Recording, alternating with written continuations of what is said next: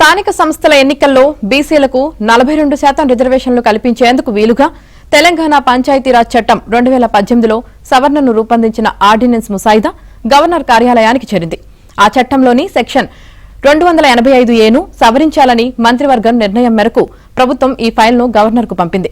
Governor Jishnu Dev దాన్ని పరిశీలించనున్నారు. నిపుణులతోనూ ఆయన చర్చించనున్నట్లు తెలిసింది. రాష్ట్రంలో స్థానిక సంస్థల ఎన్నికల్లో బీసీలకు 42% రిజర్వేషన్లు కల్పించాలని ప్రభుత్వం నిర్ణయించిన సంగతి తెలిసిందే.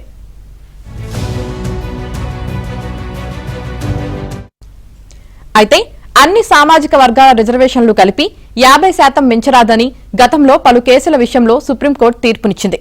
అదే సమయంలో రిజర్వేషన్లు పెంచుకునేందుకు ప్రత్యేక సమయాల్లో పెంచుకునేందుకు అవకాశముందని తెలిపింది. ఈ నేపథ్యంలోనే చట్ట సవరణ చేసి రాష్ట్రంలోని బీసీలకు 42% రిజర్వేషన్లు కల్పించాలని సర్కార్ నిర్ణయం తీసుకుంది. అందులో భాగంగా చట్టంలోని సెక్షన్ 285ఏలోని 50% సీలింగ్ అనే పదాన్ని తొలగించడంతో పాటు ఇతర సెక్షన్లోనూ పలు సవరణలు చేయనుంది. ఈ విషయాన్నే పేర్కొంటూ గవర్నర్కు ఫైల్ను పంపింది.